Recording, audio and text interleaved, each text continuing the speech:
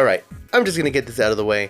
The Anbernic RG556 is amazing, but if you're the kind of person who wants a device that you can just take out of the box and use as is with the games that come on it, this may not be the device for you. But you might want to stick around and find out why. However, if you have the resources and you have the time and the patience you're willing to put in the work to get this thing set up properly, this is probably one of the best handheld emulators for higher end systems like PSP, DS, 3DS, PS2, and Gamecube. A big thank you to whatgeek.com who sent the RG556 for review. This is not a paid video or a sponsored video, they didn't make the thing, they just sell it, and they sent it to me to review, so there will be a link in the description. I believe it's an affiliate link, possibly even a coupon code, so check that out if you'd like. This can sometimes be found for around $200 or so. They have it on WhatGeek for $209 without the SD card, and a little bit more if you want to get an SD card. Honestly, you can save yourself a few bucks by choosing to not get the SD card because this does have 128 gigabytes of internal storage. The SD cards that come with the majority of these handheld emulators are also prone to failure, so if you want to add storage, you're better off getting a higher capacity card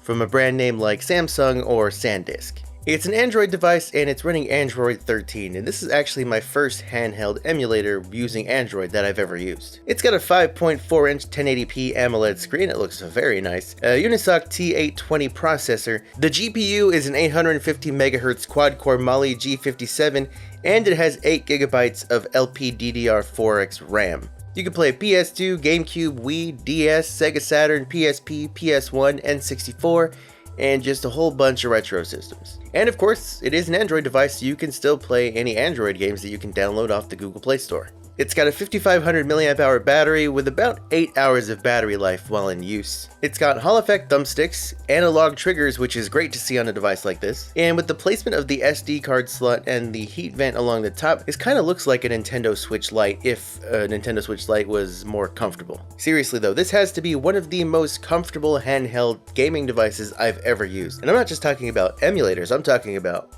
all devices, Nintendo Switch, even Steam Deck. The plastic on this blue one is a glossy material. It's not super oily like some glossy plastics can get, at least in the few weeks that I've been using it. And the glossiness makes it nice and grippy, so you're not really going to drop this thing, it's not going to be slippery. There is also a black version available, and I don't believe that one is glossy. That one's a matte black, so I don't know if that one's slippery or not. It does have a fan, which you can see through the back on this color, but the device doesn't ever really get hot, nor does the fan make any noise that I've noticed. This thing's actually pretty well built. By the way, if it isn't obvious, there are LEDs around the thumbsticks. These just seem to come in white. They don't seem to be RGB from what I could find. If you want to turn them off to save battery, you can just swipe down from the top of the screen to get to the quick settings, and you can just tap this here to turn it off, or you can long press it to change the brightness, choose a different style of lighting, but it's nothing too crazy. On the left here, there's this R button, which is a dedicated hotkey to open Anbernic's front end, and that's it. To my knowledge, there's no way to reprogram this or to even disable it, and it's right next to the menu button, so if you're playing a game and you want to hit the menu button, but maybe you forget what you're pressing and you press that button by mistake, it's going to disrupt whatever you're doing to open the front end like you see here. Believe me, I've done it quite a few times. Speaking of the front end, it's okay. It could be better. It's a little bland, but it does have themes you can choose from, none of which are particularly great, but it's all personal preference. But personally, I downloaded Daigisho from the Google Play Store. I heard it's a better front end, and I've never tried it, so I figured I'd give it a shot, and I do like it. The main downside here is the thumbsticks.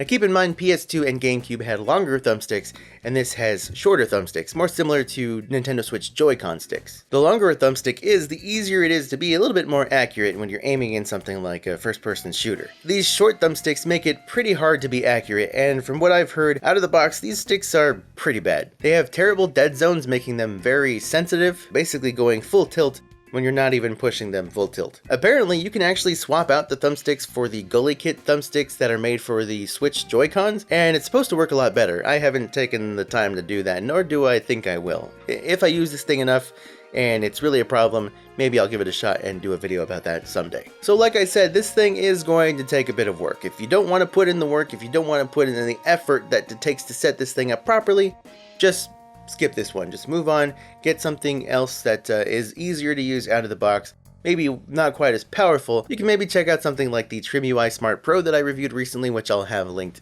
up here-ish. There are a few reasons why this thing is going to take a little bit more work. Mainly performance and game selection. You want to play GameCube? Well, I hope you like 6 games, 2 of which are Zelda and the others sure are video games. How about PS2? Does 17 games including Devil May Cry in Japanese tickle your fancy? See, for the out-of-the-box experience, it's easier to recommend cheaper systems that focus on the older systems because those are loaded up with ROMs of like the full library of each of those consoles. But if you're dropping $200 on something like this, you want it for the higher-end consoles. So you're going to want to bring your own ROMs, and possibly more importantly, you're going to want to download your own emulators too. This comes preloaded with a bunch of emulator apps for multiple systems, but they're all pretty outdated and not able to be updated. They're not tied to a Play Store account that will let you update them. Updates do matter for these kinds of apps because they are updated by the community for things like improvements to performance and quality of life features. One very important reason I think to add your own emulators is that Pokemon games cannot save. So if you're looking to play Pokemon with this thing using the ROMs and emulators that come with it, you're not going to be able to save your game manually. You can use save states, but I definitely wouldn't rely on those. Thankfully, after updating everything myself,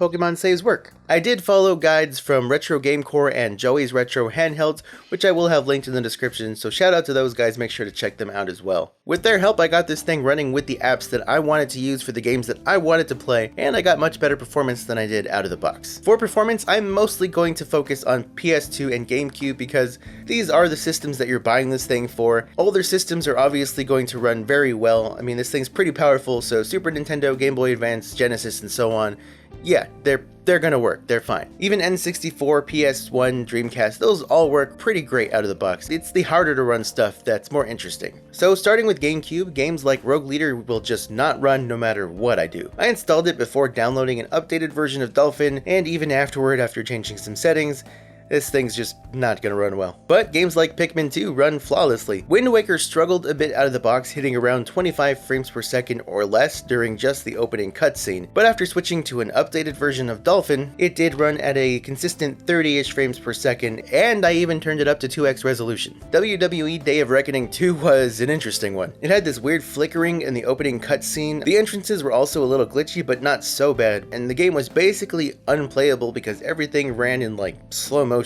But when I used an updated version, the flickering in the opening video went away, and the entrances were still weird, but the game was actually playable. It was normal. For PS2, Retro Gamecore says in his guide that PAL region versions of games seem to run better on the RG556, so I did use those as much as I could, but for some games I just either didn't have access to the PAL version, or there was no PAL version. Baldur's Gate Dark Alliance looked promising at first, but it ran absolutely awful. It got better once I turned down to like 0.5 resolution, but even on this smaller screen it was noticeably terrible. Kind of looked like a weird PS1 game. It just wasn't a good look. But once I got an updated version of Aether X2 and actually switched it over to Nether X2, which is a whole thing that is in the guides that I have linked, it ran way better. Still not perfect, but with playing around with the settings, I got it to run at a much more playable frame rate, and I even got to keep at least the 1x resolution. Black on PS2 runs pretty well even at 1.5x resolution, but it did have a weird moment in the menus where the frame rate dropped for a minute to like 9 frames per second for seemingly no reason. I was just in the menus switching around the controls. But once I hopped into the game, it seemed to work fine,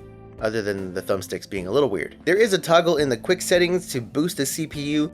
This will drain the battery a bit faster, but you do get improved performance, so it's a good idea to try this if a game isn't running quite as well as you would like it to. It's not a miracle worker, but it can help. Burnout Revenge went from around 30 to 35 frames per second to around 45 to 50. It felt a lot better with the CPU boost on. There are just so many different settings and tweaks for each emulator and each game that you can change and fiddle around with to get it to run better. Some of them will help, some of them won't, so it's kind of up to you to figure out what will help with getting a game to run better if it is a game that you really want to play. There we go.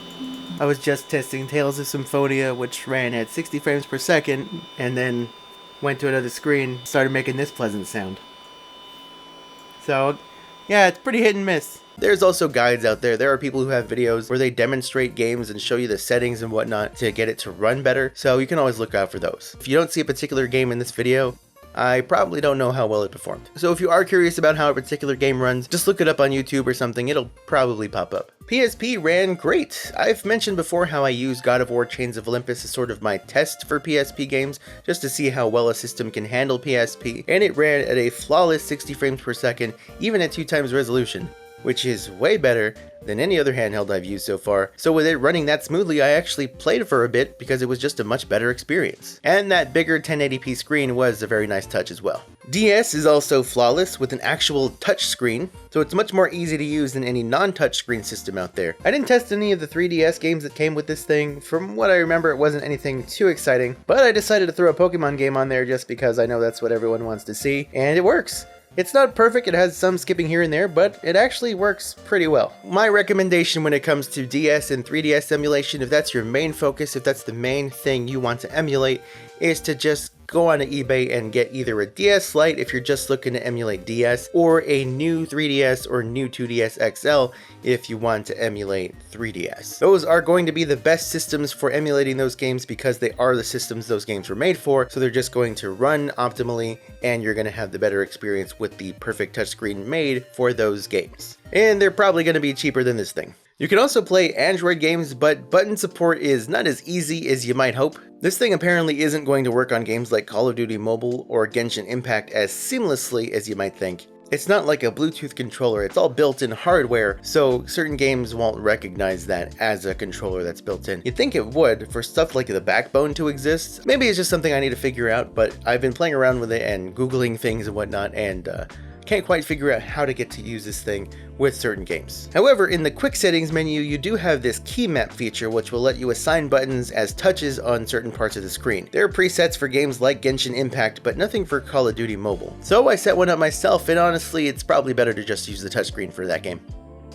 Yeah, you could also use this for Xbox Game Pass cloud gaming. Heck, you can even use it for Moonlight if you want to stream games from your PC. By default, the face buttons use a Nintendo layout, but if you want to play an Xbox style game and you want to use Xbox style controls, there is actually a toggle for that in the quick settings. You just tap NS mode and it'll change to Xbox mode. And that is about all the time I have for this. Thank you guys so much for watching, and thanks again to WhatGeek for sending the RG556 out for review. If you do want to pick this up, again, I will have that link in the description. I'm not sure as of recording right now if it's an affiliate link. I can't remember if they have affiliate links with me, but if they do, I'll have that in the description. I may have a coupon code as well.